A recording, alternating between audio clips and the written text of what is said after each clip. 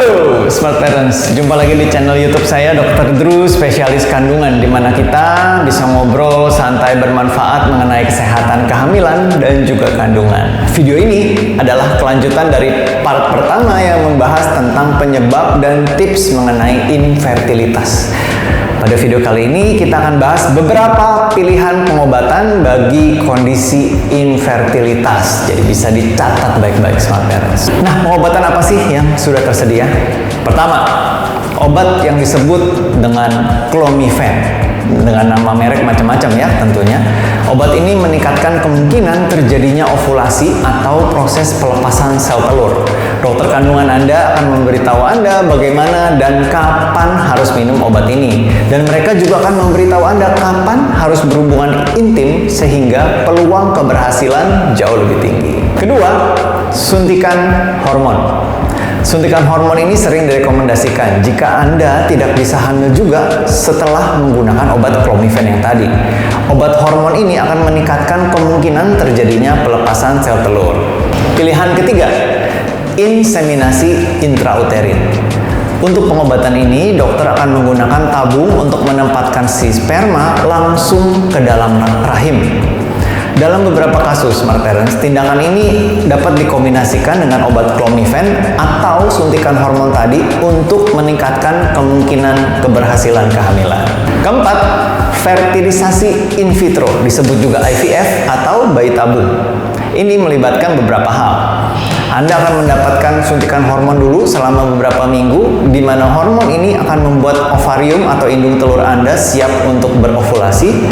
Kemudian tepat sebelum proses ovulasi ini, dokter akan menggunakan jarum tipis untuk mengeluarkan beberapa sel telur dari indung telur Anda.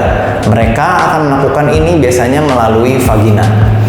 Kemudian, sel telur yang telah diambil itu dimasukkan ke dalam cawan di laboratorium dengan sperma, sehingga sperma dapat membuahi satu atau lebih sel telur. Setelah 2-5 hari, sel telur atau sel telur yang telah dibuahi itu akan dimasukkan ke dalam rahim Anda. Harapannya, salah satu sel telur yang telah dibuahi akan menempel di rahim dan tumbuh menjadi kehamilan. Perlu diketahui, Smart Parents, IVF atau bayi tabung biasanya dilakukan dengan indikasi sebagai berikut. Yang pertama, kedua saluran telur tersumbat. Kedua, hasil pemeriksaan menunjukkan bahwa pasangan Anda memiliki terlalu sedikit sel sperma. Ketiga, Anda belum bisa hamil juga setelah melalui pengobatan-pengobatan lainnya. Bagaimana saya tahu jika pengobatan ini berhasil? Nah, dokter kandungan Anda akan melakukan pemeriksaan pada waktu yang berbeda selama perawatan untuk memeriksa apakah tindakan itu berhasil.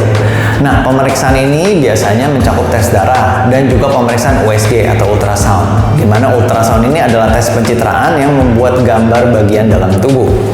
Apakah pengobatan ini selalu berhasil? Tentu saja tidak, Smart Parents. Pengobatan tidak selalu berhasil. Bagaimana saya memutuskan pengobatan mana yang harus saya jalani? Terutama tentu bicarakan dulu dengan dokter kandungan Anda ya tentang manfaat atau kerugian dari berbagai macam perawatan yang berbeda. Untuk memilih perawatan mana yang tepat untuk Anda, ada beberapa pertimbangan nih Smart Parents. Yang pertama, seberapa baik menurut dokter kandungan Anda pengobatan ini akan berhasil? Kedua, biaya pengobatan Smart Parents, di mana biaya pengobatan ini akan menghabiskan tentu saja banyak uang. Asuransi kesehatan biasanya tidak akan membayar semua jenis pemeriksaan atau pengobatan yang dilakukan.